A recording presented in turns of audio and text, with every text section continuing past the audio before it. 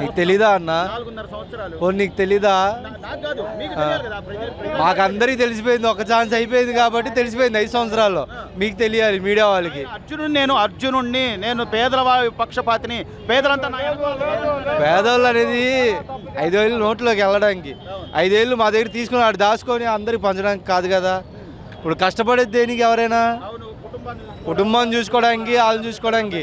అదే నువ్వు నూనె రేటు, గ్యాస్ రేటు అన్ని రేట్లు పెంచేస్తే ఏ వరకు ఎవరైనా బటన్ నొక్కితే ఆడ బాబు సంపాదించి పెట్టిస్తున్నాడా?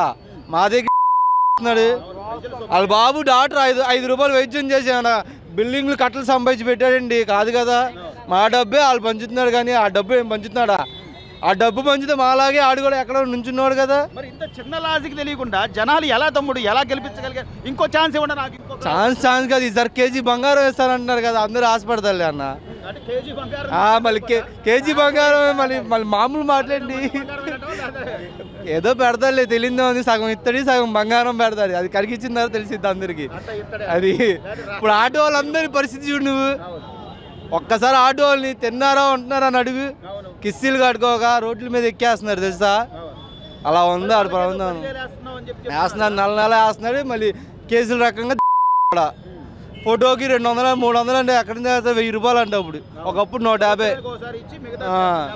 డైలీ 8 అవుతుందో లేదా డ్రింక్ అండ్ డ్రైవ్ కేసు అంటే రాసినోడికి తాగినోడికి ఒకటే కేసు, తాగలేనోడికి ఒకే కేసు పెడుతున్నారు అక్కడ.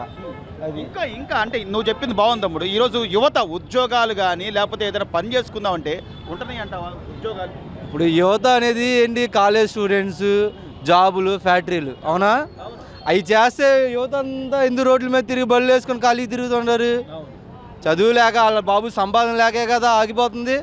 అది ఆగిపోయిన వల్లే కదా అందరు చదవట్లేదు, తిరుగుతున్నారు రోడ్ల మీద. అది మందు ఏం తాగుతున్నారు? మందు ఏముంది ఏమన్నా తెలుస్తుందంట అసలు? మందు అన్నది పోనీ ఎప్పుడైనా ఆడే ఈ మందు తాగమనన్నా, ఫారెన్ నుంచి తెప్పించుకోకుండా ఈ మందు తాగమను అన్న. ఒకప్పుడు మందు ఏంటన్నా బీపీ అయ్యి తక్కువ రేట్లైనా మంచి సంవత్సరాలు పెట్టి అమ్మేవాడు. ఇప్పుడు మంది నెలకి డేట్ చూడమని అమ్మేవాడికైనా తాగేసి లెవెల్లు పాడైపోయి అందరు కిడ్నీలు హాస్పిటల్లో, గవర్నమెంట్ హాస్పిటల్లో చూడు పరిస్థితులు బాగా. అంతమంది మద్యపానం వాళ్ళు ఉన్నారు. ఏంటంటే ఎవరు చెప్పరు. ఆడు పేదోడు అన్న. పేదోడు అయితే నడవాలి కదా, 30 కాళ్ళు ఎందుకు వేసుకుని తిరుగుతున్నాడు? సీఎం అనే కదా. అడిగేయను జగన్మోహన్ రెడ్డికి ఓటేయను.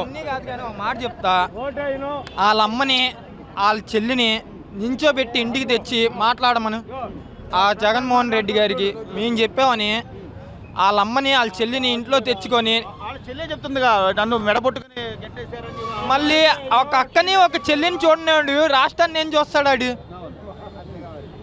మీ మాటకే మేము అడుగుతున్నాం. ఒక అమ్మని ఒక తల్లిని చూడనోడు ఈ రాష్ట్రాన్ని ఏం చూస్తాడు? నేను మేనమామని, మీ బిడ్డని, మీ కొడుకుని నేను మీ బిడ్డని అని చెప్తున్నాడు. మా బిడ్డే, మామే అనుకుందాం. సుమారుగా మీరు అన్నారు మా మామే అనుకుందాం. మాకేమో ఎదురు పెడుతున్నాడు. వెనక అదైతే తెలిసింది, ఖచ్చితంగా తెలిసిపోయింది.